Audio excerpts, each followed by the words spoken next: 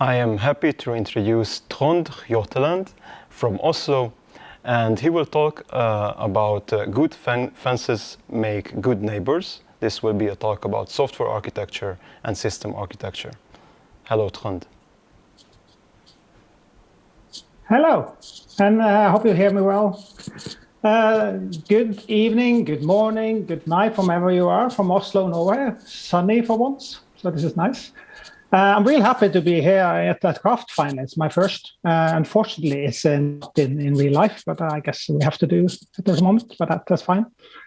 Yeah, so as our introduction said, I'm going to talk about boundaries and architecture and system thinking. There's going to be a lot of different stuff here. And there is a good reason why I show this title now, because it is, I think, when we modularize stuff into components, what we're doing is actually putting in boundaries.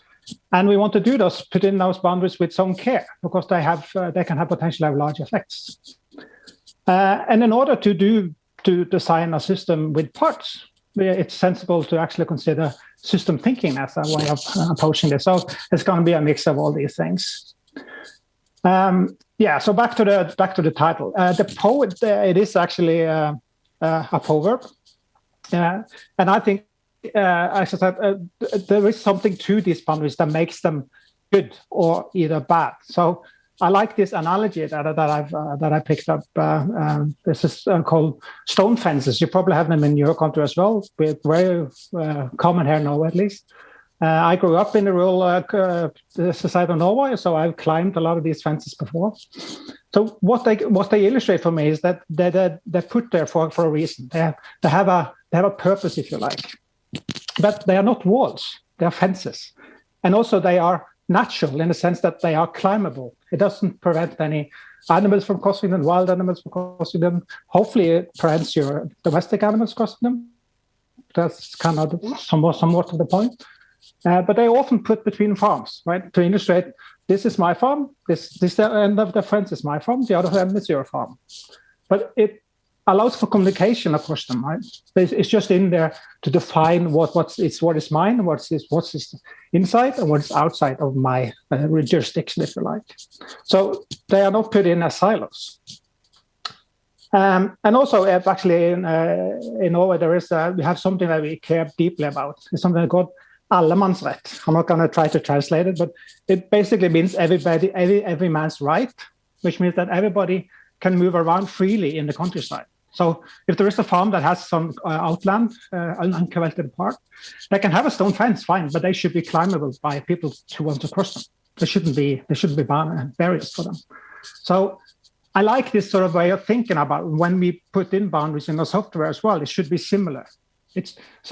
When I said system thinking earlier, I meant actually specifically sociotechnical system design, because it is about us as people as much as it is about technology. So I'm going to go back to that a lot in this talk. And to start off, I want to use this quote. So as I said earlier, we put them in for a reason, and they are designed. That's the point. You don't find this boundary naturally. You can find areas where a boundary fits better than others, of course. Like in putting on stone fence, you wouldn't put it on the slope of a hill necessarily because it's going to fall over, right? So there are certain places where it fits better than others. But it has a much more impact than the technical part. I think we often talk a lot about microservices and service orientation and Kubernetes and technical stuff. But as Manuel said earlier, and also like Dan said in the keynote, is that this is just as much about people. So actually, there is a great principle from sociotechnical system design, which is called boundary allocation. And what it says is that when you put in a boundary, it shouldn't impede any sharing of information or knowledge or learning across them. So you shouldn't think about your team and their team, and we don't talk to each other. Then you have sort of broken that basic principle down. But finding this boundary is the hard part. I remember I've been into service orientation quite a while, and I think it was Ude Han who said that actually find this boundary. That is the toughest and most difficult part you can do. But why do we do it then? Well, sorry. if it's so hard, then that's probably one of the reasons why we sort of push it off a bit, and we don't think about that much. We just, okay, let's put it there and hope this boundary will work. So if it's so hard, is it still worth doing? And I think it is. And I'm going to show some examples of why you want to need this. You've probably heard a lot of this before, but still. Yeah, so Manuel, he said earlier, I talked about cognitive load, which is a good way of describing, like us assuming why we need boundaries. Because I guess we all have to have some boundaries. We can't cope with the complexity of the world, all the complexity of the world at the same time. So we try to compartmentalize, is a term that uses psychology a lot. So the deep topology book, this takes this on quite literally with the cognitive load aspect. So you have, as I mentioned, you have the intrinsic load, you have the extraneous load, and you have the domain load. And then the idea is that all this together creates a cognitive load. And we have a max. We as people have a max. If we sort of go above that sort of max level, if you like, and that's actually individual, that max level, is that we start making errors. We can start getting stressed. Our performance gets worse and all that stuff. For example, like I'm doing online presentations, for me, it's stressful because I have a lot of extraneous load. There's a lot of stuff I have to deal with, like not core part of giving a presentation. If I do it on the stage, that's handled by somebody else. Now I have to care a lot about that.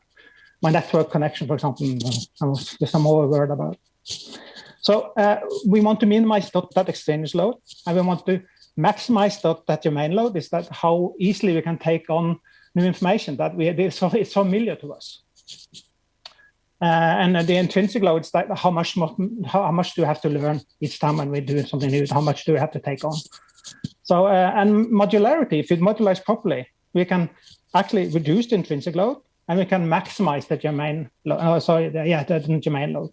Because you're working in a familiar domain. If you have a good boundary, that's where you're at, and you don't have to care about the rest of the stuff. And you don't necessarily get a lot of new stuff in because it's your turf, if you like. So as I said, the Topologies take this on, but I put it on the team level, as Manuel said.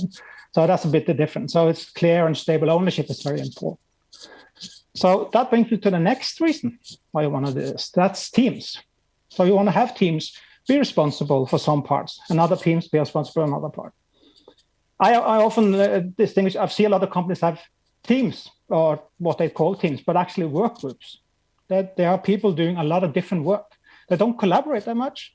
They just sit together. They have some social interaction, all that stuff. But when they start coding, they are in different zones. They are different places. So they potentially work on different domains even, different problems even. So by splitting this up properly, that teams are working autonomously. They don't need help from everybody else. We can scale the organization quicker. So a lot of the sort of the new big movers in the microservice space, for example, like Monzo, Uber, stuff like that, they've grown exponentially, and I couldn't have done that without doing something similar to this. So teams take ownership of certain parts of the domain. So and then brings me to the third, which I actually mentioned earlier, is to reduce the sort of the coordination between the team, the lines there. So if one team want to work on something, you don't want to have a hard dependency to another team. You especially don't want to have work leaving the team to the other one. I think it was ThoughtWorks who did sort of a survey on this, probably with their clients, and it showed that when work leaves the team, it takes an order of magnitude longer, which is quite considerable. So you should keep as much, you should be able to the team should be able to service themselves as much as possible as they are without having any need for this. And Manuel also said this is basically a prerequisite to doing team topologies, so the team setup is actually having these good boundaries. And they also list a lot of good ways of finding the boundaries, but I'm going to go back to that later in this talk. And the next one I want to highlight is the need for speed. We have to admit this. I'm not saying that you should working faster. That's the classic misunderstanding like management think that Agile is for. It's not to make people work faster. No, it's not about that. It's reducing the waste so you as a business can move faster. And with that, then then it's not only the teams, it's everybody. So you need to remove all the sort of the unnecessary obstacles that you have to put stuff into production or get things into the hand of the customer. So shortening that feedback loop that many talks about, or like Dan, he talks about shortening lead time. So if I want something to thank you, is what he says. So I want to shorten that. And to get this business agility, to get this biz DevOps team or product team, so whatever you call it, you have to change your architecture. If you sit with a big monolith and you have X number of teams working on the same monolith, they're gonna step on each other's toes. They're gonna struggle. So you have to modularize and able to do this. So you have to have an architecture that match that team setup, i.e. that's the sort of domain split, for example, or something like that. So it's really hard to be agile if you have to fight your architecture. But unfortunately, many of us, myself included, most of my professional life has been in large backend systems. And they are monoliths, to say the least, but they're also very often big boilermakers. And I love this quote from the Big Baller paper by Trond Hjorteland, is that sadly architecture has been undervalued for so long that many engineers regard a life with the Big Baller as normal. That is what it is. That's what I thought as well when I worked in this huge backend system. We had millions of lines of Java code, even EJB code, as Dan had made some fun of. And we thought that was normal, and we actually thought it was cool. Look at how many lines of code we have. We actually used that as selling point to to getting new people onboarded or hiring new people. But we have had the largest Java source code in Norway. Come and work for us.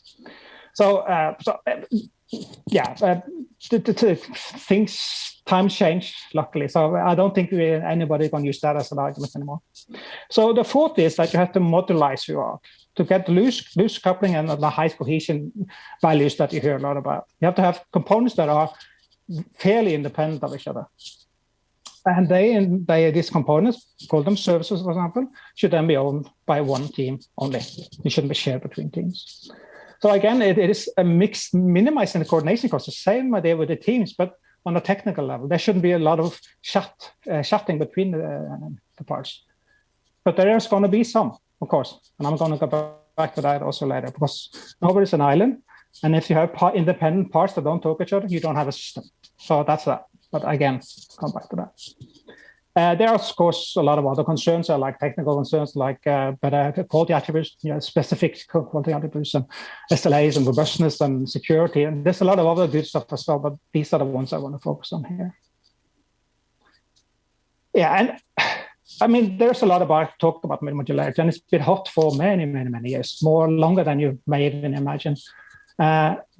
But there is a reason for that. It's not inherent that we sort of think it's good. Now we have actually science telling us that it is good.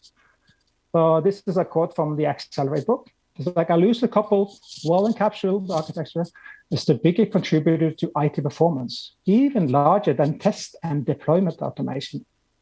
And that says something coming from the book that is coined, or the people coining the DORA metrics, right? So again, just a little side step, the DORA metrics, that's an indication of something that's good. It doesn't say what is good, but it's an indication that you are on the right track, so you can measure it. Yeah, so you need a loosely coupled software architecture with an organization structure to match it. Then you're in a good position to move fast, as I said, need for speed. Yeah. Yeah, but business agility is constrained by the technical agility and also the speed that you're learning, that you do, the innovation that you can do, and all that good stuff. So let's now just assume that modularity is a good thing, right? Let's just say that we agree on that, since we even have data now.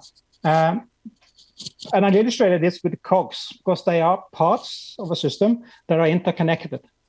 And then now we're getting into the system thinking idea, though. So, but I'm using cogs here, and it's actually a pretty poor illustration of a system, especially the system that we're going to talk about today, which is social system, because they are not mechanical, they're social. So there are certain aspects of that makes a change. We are not machines, we are not parts of a machine, but we're going to also get back to that as well. But we have tried modularization for ages. I mean, we started probably back in the 70s or earlier, 60s, with procedural programming, and then we moved to some actors, object orientation, and now it's microservice and service orientation and all that stuff. So we had tried all this stuff for a long time. I mean, I'm still here talking about it, and I still get accepted to conferences with talks like this. So it's obviously still a problem for people. And as I said, it is the hard part. So we have to figure out, why is it so hard? And the illustration I used there for the interconnectedness is just to show that you can't just optimize some parts without affecting something else. Or if some parts start jiggling, the other parts are going to stop as well, right? If one part starts speeding up, the other parts is going to speed up as well. And probably maybe they can't handle the increased speed. So local optimization is something that you want to be careful about. That's sort of actually an anti-pattern when you think in systems. So let's just take one step back and see, what is a system then? Because it's a system thinking, it's not as common as I should like it to be. I probably came across it myself just a couple of years ago, but it's sort of enlightened my way of thinking at least. So this is a definition from Russell, which is one of those main system thinkers. So at least a name is going to pop up a lot if you read about system thinking. So it's that a system as a whole consists of two or more parts that are satisfied by three conditions. So the behavior of each element affects the behavior of the whole. That's what I said. If they want, then the rest of the stuff also. So the whole is affected. The behavior of the element and the effects on the whole are interdependent, which means that one part is also affecting another part, which again affects the whole. So it's a bit messy. I think I could actually use that term. It's a mess because it's hard to predict and it's complex. It's basically a definition of complex. And he also said that you can't have independent subgroups of elements. So one part of a system can't be independent from the extra stuff, even if that's a system or subgroup in itself, it can't be independent. So everything is connected to everything. And I think when you think about it, that's pretty much what the world will work in, right? On a day-to-day basis. And also a system consists of systems, so it's hierarchical. One part can have a lot of systems within it. And so it's basically almost like turtles all the way down argument. If you go, system definition ends at the universe, something like that. So there is no end really either way. So again, finding boundaries, it's a thing of fiction. Yeah, and it goes to the deeper levels. So some definitions of a system. I like this one from John Meadows. He's also one of the system thinkers that you can come across if you read up on it. She said that a system is a set of interrelated elements that organize to serve a particular function or seek a particular goal. And this is for me very interesting.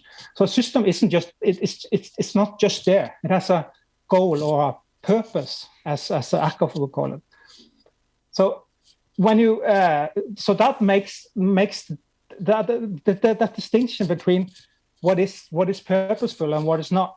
That is something that Akhoff discusses in this book, for example. I think this is just a collection of papers, so you can probably find the papers or the research as well. But he distinguishes between four types of systems, and he separates them by how purposeful they are, and how the purpose of the whole are, and how purposeful the parts are.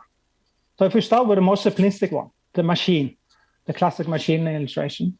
So the parts have no purpose; they are just there. The whole has no purpose. I mean, your car doesn't have a purpose. You give it a purpose by you outside of it, but in of itself, it doesn't really have a purpose in that sense. But you have animated systems, like us. We are animated, so we have parts we have bloodstreams, we have brains, we have hearts. They're parts. They don't have a purpose on their own, but the whole they're put together. You have you, and you have a purpose normally. I assume. You want something out of life, or you want to achieve something, or whatever it is. And then you have another level of system, which is a social system, is that we, as you as a team, for example, you are a social system. And then each one of you have a purpose. And also the team hopefully also have a purpose. There is some business goal they're going to achieve or whatever it is. So there is something that you align towards. And he also mentioned the second level, which is the ecological level. Not going into that, but like humankind, for example, as a whole, doesn't have a purpose really, but the parts definitely don't have a purpose. So what Akab often talks about is that we have to move out from this machine age thinking. And he finds that organization is layered with the machine thinking, and we have to start thinking out in social systems instead. So we have to move, what he says, move from the machine age to the system age, as he often says. Yeah. So if you go back to this illustration, I've put some people in there because what we're talking about here is actually social system. We're not talking about machines. So there are people in each of these parts. And that's what, for me, makes them a social technical system. So there are people, human concerns, and there are technical concerns. And they together becomes a social technical system. And this makes modularity so much harder. I mean, we struggle enough with the technical part, but if you include the social part, it explodes. And we often, in system thinking, you often think of these type of systems as open. And there's an old definition that goes way back before the war and everything. But the thing with open system is that it can't be controlled because there's a lot of influences anywhere, from any angle, and you can't control it. There's no way of controlling it because it's open. When you do science, for example, you want to reduce that openness as much as you can. I mean, like thermodynamics, the laws of thermodynamics, they're confined to a closed system, right? So there's a reason why they have defined it for a closed system, because it simplifies things. But we can't simplify our stuff. We are open. We have to take in that complexity. And I think modularity often fails because of this, because we treat social systems as mechanical systems. So, yeah. Another good quote from just another sort of definition of an interesting definition of a system from Russell Lacan is that system is more than the sum of its parts, right? I also said earlier that actually the product of interaction. That's another quote. This one specifically says it's an indivisible whole. It loses its essential properties when it's taken apart. And if you consider that a little bit, what is it that we do when we start? If I have some new stuff they want to look into. Okay, you got an assignment, you want to do X, Y, and whatever. You start breaking those things apart and you analyze it. And you frequently analyze it separately from each other. So you break it apart and then you have ruined the system. So your view of the system is actually very limited if you look just at one part at a time. So analysis is actually not sufficient. That is something that Akov talks a lot about. So what do we do then? What he suggests is like we have to add synthesis to the mix.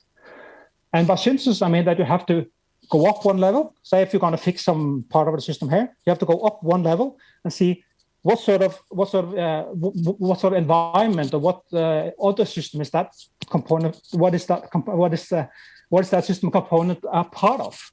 Right? What is the part of the other whole, the whole, if you like, the enclosing whole and whatever. So I don't remember what Akov calls it, but containing whole. That's what you call it. So actually you have to reverse analysis. What you're doing then is you go up one level. You go up one level. Then you look at all the parts that it's in. You see what the environment is, where this part fits in. You explain the whole, and then you can explain the purpose of the part. So you start with the synthesis, go up, and then you can go down and do the normal analysis that we always do.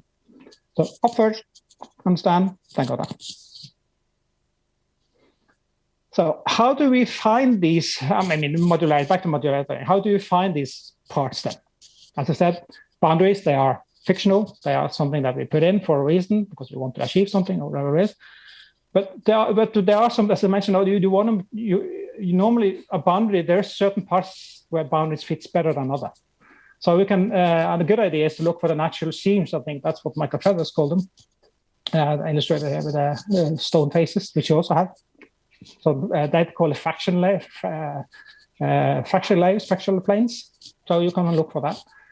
And somebody talks about sharing layers. I think Team Topologies talked about fraction planes actually. So we have to find the natural seams. So how can we find them in our line of business, the line of work? And normally, if you go way back now to the 70s, that's way back. This is from before I was born. they talked about modularization back then. It was Dave Parna's paper from 1972. He said that this paper discusses modularization as a mechanism for improving flexibility and comprehensibility of a system while allowing the shortening of development time. Right, that's what we want. The effectiveness of a modularization is dependent upon the criteria used to divide the system. So you can't just randomly pick apart a system. You have to give some thought to this and some analysis and synthesis even to get this right. And his approach was information hiding. Again, this was 1972. So he proposed instead of that, one begins with a lot of difficult design decisions or design decisions that are likely to change and isolate those. Each model is designed to hide such decisions from others. So this is information hiding. And this is, as I said, this is 72. So this was around the area when object orientation sort of came to be. So this is built into object orientation in a sense, this idea of information hiding. You probably know it as encapsulation, for example.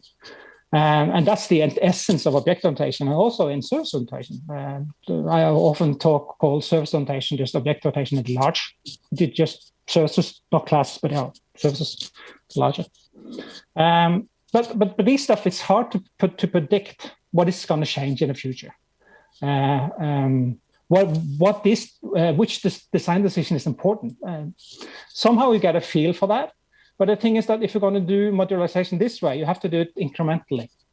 So you have to do it so the design sort of emerges from as time goes along, as you start working on the problem. And there's actually a dimension that I think is problematic doing this is that organization are often split functionally. So you don't get this good discussion of what a good design decision is or important decision is. You don't necessarily know if you sit alone in one part and doing coding. So I think this is tricky. So this is what I call a bottom-up approach. The different approaches I've just mentioned in information hiding here because I haven't got so much time. But I think in order to do this, this is why actually I think was Brooks in this book. He said you need to do XP to get this done well, because you have to refactor all the time as you learn new stuff. So it's emergent, right? You start with code, use inductive reasoning. This looks like this, and this looks like that, and then okay, let's assume that this changes together. Let's put this in a problem. Let's try it. So sort of a bet, a hypothesis that you have, and then move along. And also, Digital Manifesto said that the best architecture requirements and design emerges from self-organizing team.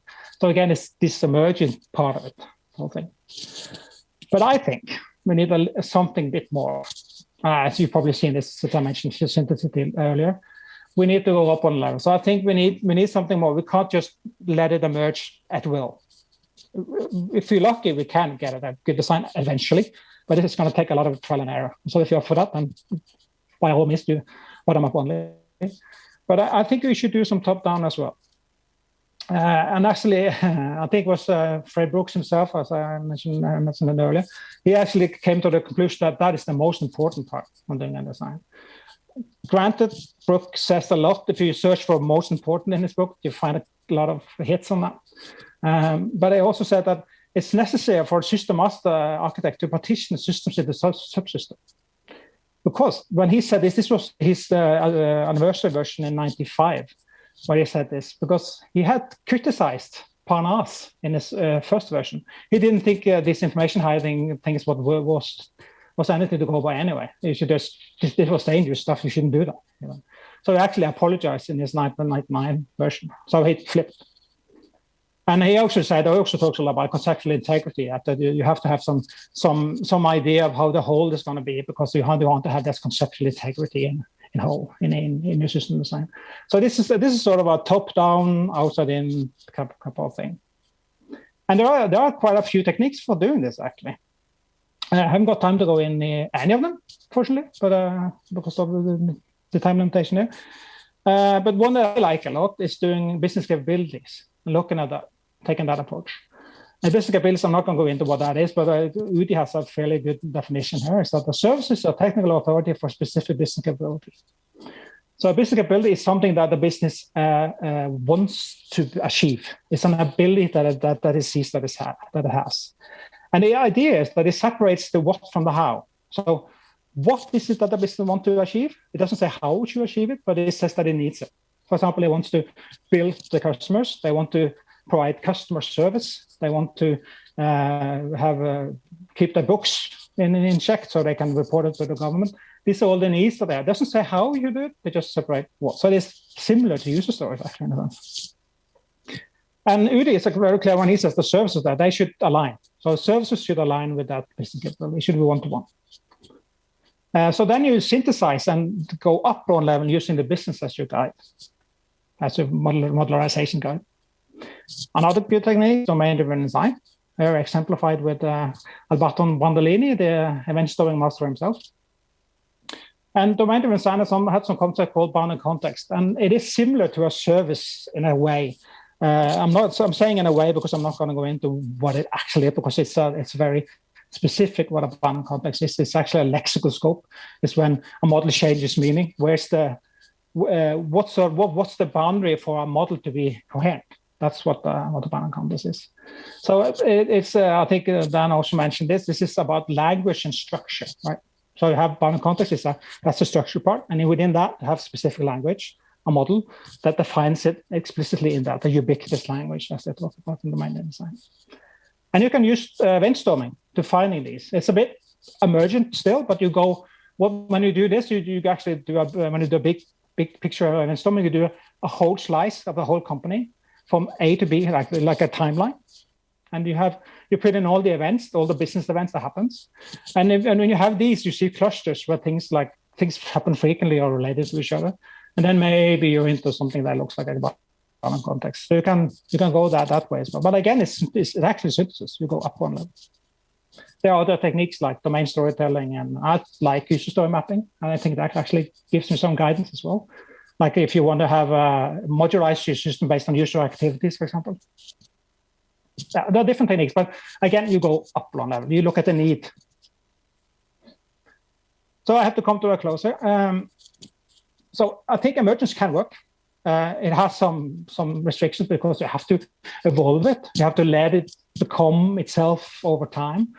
And you can't strafe on a path because you don't know what's outside the path. You have to increment small increments all the time because you don't know where you're going really.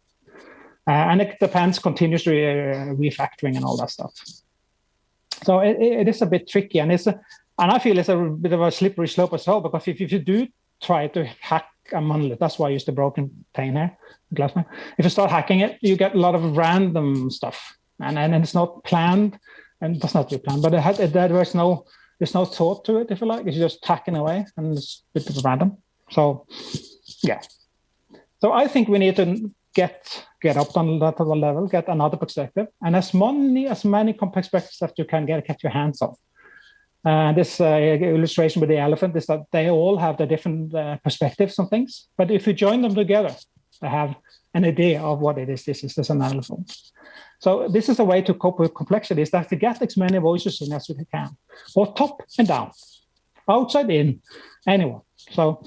And don't only use domain experts because they know some certain parts. That's a beef I have with domain-driven design. They focus a lot on domain experts, but yeah, they know the business that they want. They know what the business wants. But you have to include the other stakeholders as well, like the users, like partners, and anyone like that is interested in what you're doing. Yeah. So I'm going to skip a bit here. So to summarize, my advice is that instead of breaking that glass, you design something that looks a bit prettier. So this is our rose window in Trondheim, cathedral in Trondheim. Some advice is that you do both analysis and synthesis, both emergent and synthesis. So how you want to go about doing that is a bit tricky, because when you go the outside in, that takes a lot of effort. Often, especially in large enterprises, it's hard because they are huge, right? So there's a lot of stuff to do. And you have to involve a lot of stakeholders and a lot of meetings, and they can stuff spiral out of control maybe often. So you have to be careful how you do this stuff. That's why I like capability mapping, for example, because it's a very structured way of doing it. Another good quote from Acker is that analysis, it yields knowledge, but synthesis, it yields understanding. That's why you need both. Yeah, so back to the where I started. So let us leave the machine age, move into the system age, as Acker said we should. Think of systems, especially specifically our situation, our social technical system. Include the teams, include the people, how they're well-being, how well they're feeling in your team. That's just as important as your technical stuff. Make it all together, and so please look up social technical system design. It's really interesting. There's a lot of good principles. I want to mention one earlier. So I think if you put in the fences in the correct place and do it the way that is consensus, we can make a system that is a lot better than its parts. And by understanding those connections and the purposes that these parts have, we can actually reach that product of the interaction that Acker talks about. So with that, I conclude, and I would thank you for attention.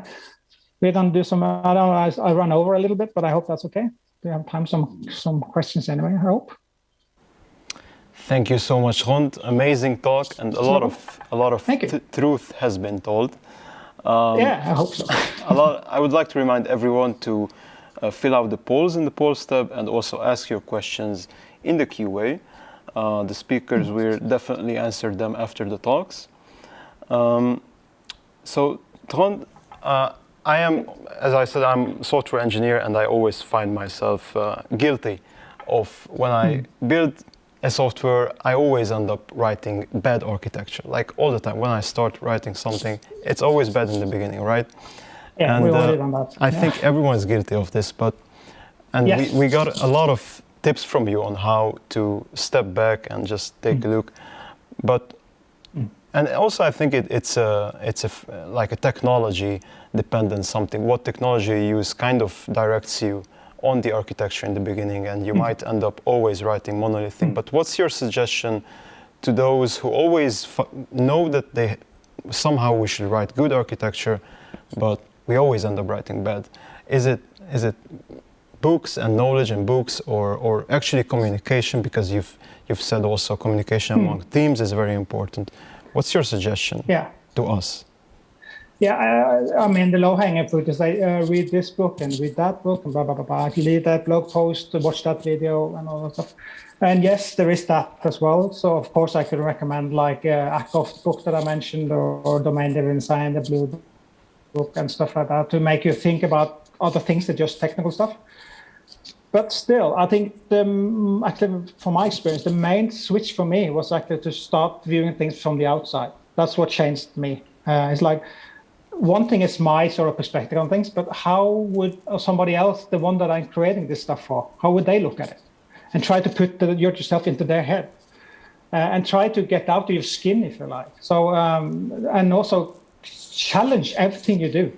When I do architecture, I actually have a heuristic. If I don't have 3 alternatives to my solution, I'm not there. I'm not even close. I want more than 3, at least maybe even 4 or 5. Solution alternatives.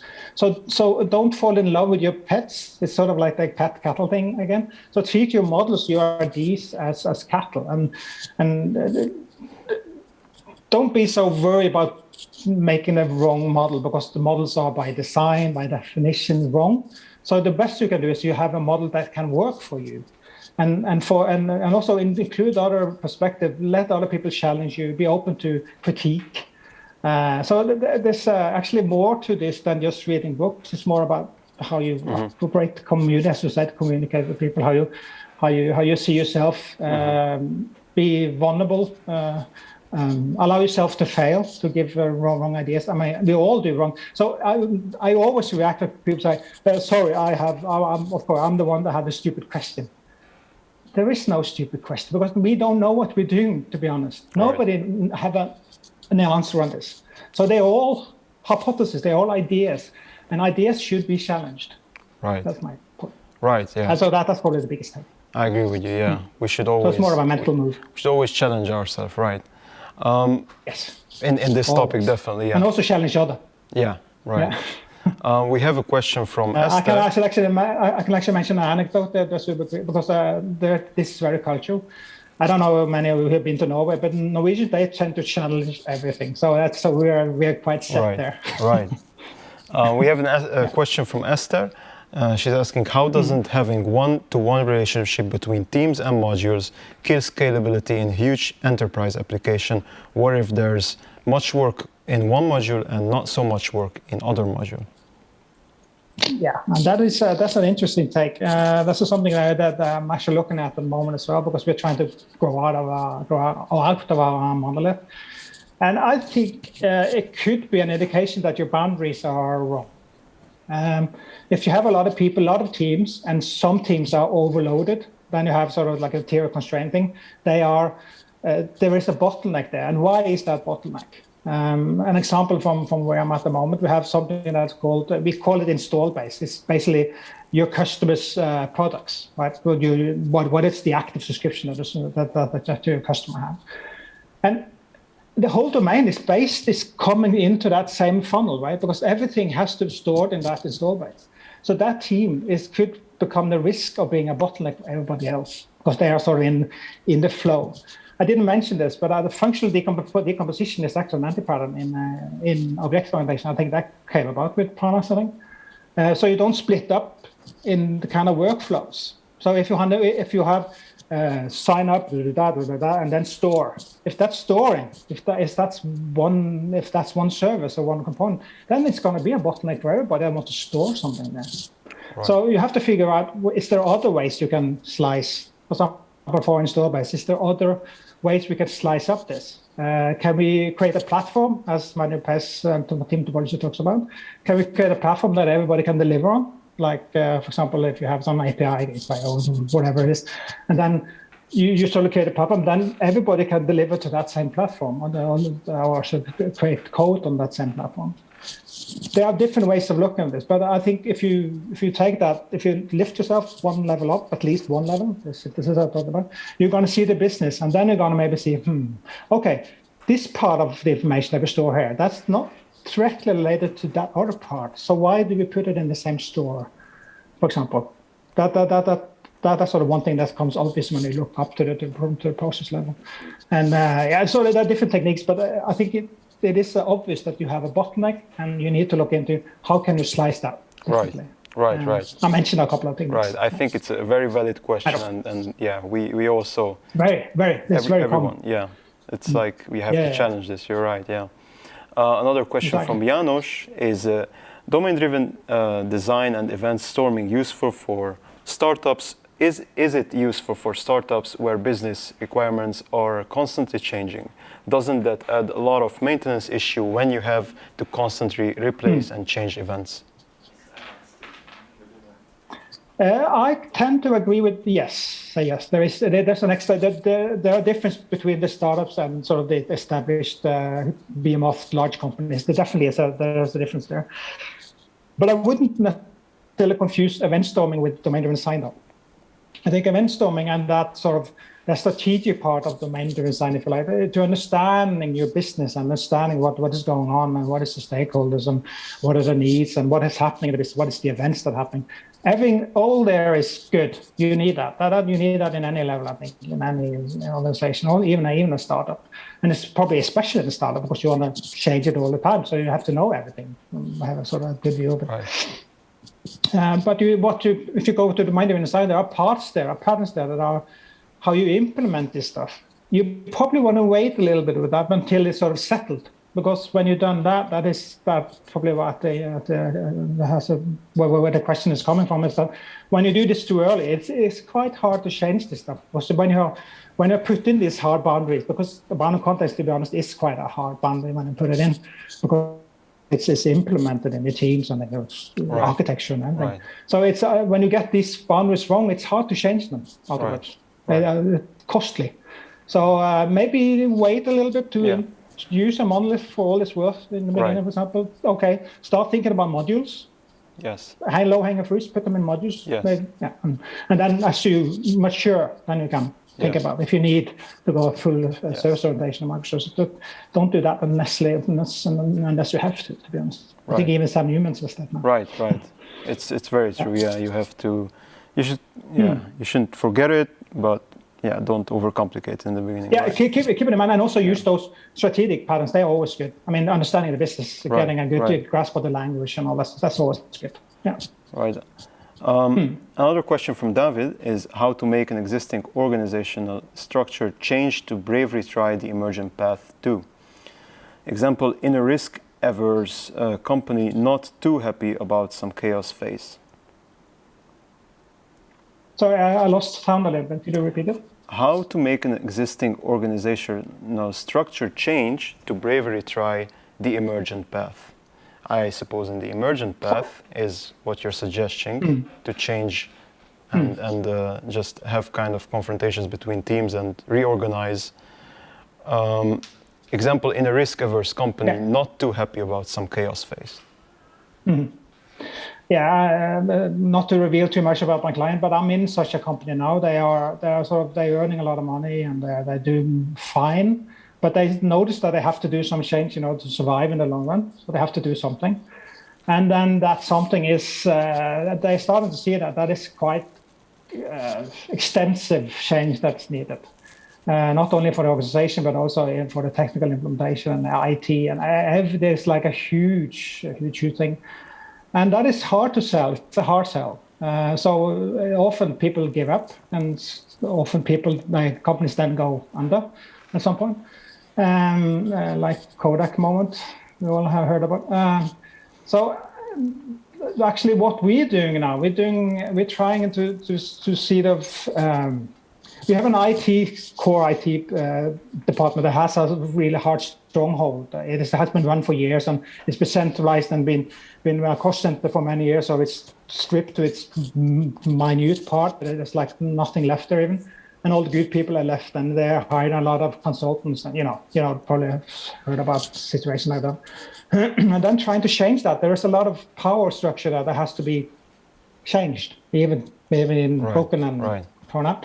So doing those larger transformation is really hard. And how we are approaching it at the moment is like taking the business in, talking to the business. We're actually ignoring IT, to be honest, for a little bit here.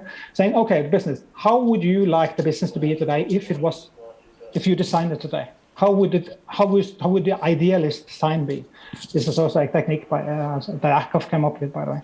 How would the business look if it fell down today and broke? You have to build it again today based on what you know and what the requirements are today. How would that look? How would the ideal design would be? Yeah. And we start there, because then you know how you want it to be today. Right. And then you can start moving towards that. Right. You're never going to get it because it's an ideal, but you have at least something to move towards. Right. So it's not a hypothetical future like a golden city in the horizon. It's how would we be today if we had all the choices in the world? Right. How would they look? Yeah. Right. Thank you. And that gets people thinking. Oh, it helps. It seems like, but we're still in the middle of it. So. Thank you so much, Trond. I actually have more.